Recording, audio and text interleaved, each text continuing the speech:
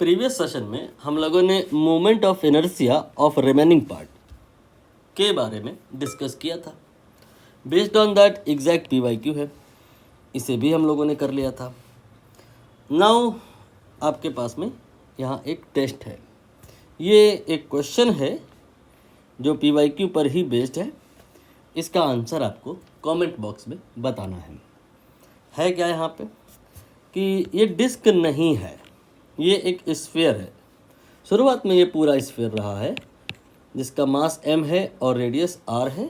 फिर इसके अंदर से आपने एक पार्ट रिमूव कर देना है और जो पार्ट रिमूव किया आपने वो भी एक स्फीयर ही है।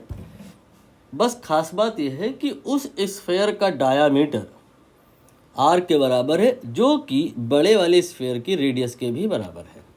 ऐसा करने के बाद जो रिमेनिंग पार्ट होगा what will be the moment of inertia of that, ये बताना है।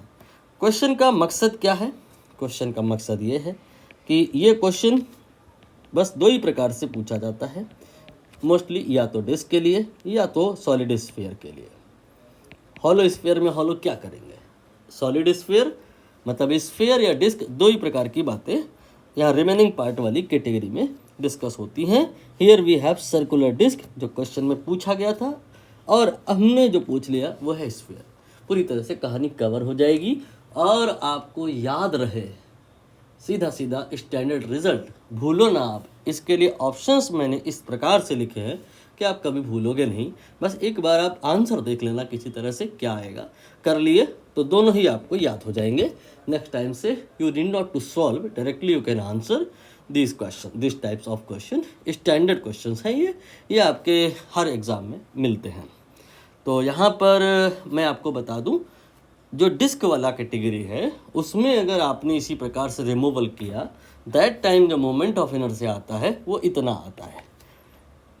स्फीयर वाली कैटेगरी में क्या आएगा, यहाँ पर ऑप्शंस हैं, ये तो नहीं आएगा, ये और ये में से ही कोई एक है, आप देख लेना क्या आएगा।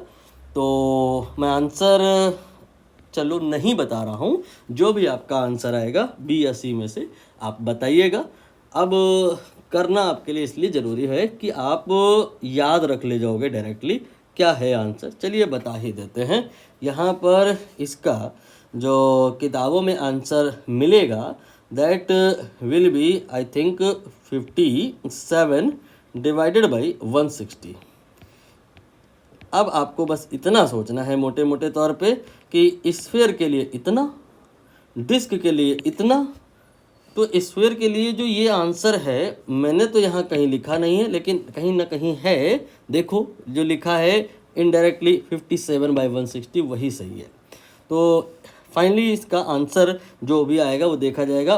पर्पज़ मेरा ये है कि आप याद रखना क्या कि disc moment of inertia standard situation 13/32 और स्फीयर ये 57/160। हाँ, ये लॉन्ग टर्म तक याद रखी जाने वाली चीज़ नहीं है। अगर आप इस प्रकार की कोई नोटबुक बनाते हो जो एग्ज़ाम के एक दिन पहले ही देखते हो तो उसमें यहाँ पर आप नोट कर सकते हैं। लंबे समय तक तो मैं खुद नहीं याद रख पाता हूँ, जो मैं एक ही सब्जेक्ट पढ़ रहा है, आप तो 3 पढ़ते हो तो नहीं याद कर पाओगे। Better will be prepare a short notebook जो आपको एग्ज़ाम के जस्ट एक दिन पहले बनानी है, रिवाइज करनी है। उसके लिए है ये ट्रिक याद करने की कि अगर आप यहाँ पर एक भी याद रख ले गए तो दूसरा ये याद नहीं रखना पड़ेगा। बस करना क्या है, इसी में आपको क्या करना है, 4/5 से मल्टीप्लाई करना है।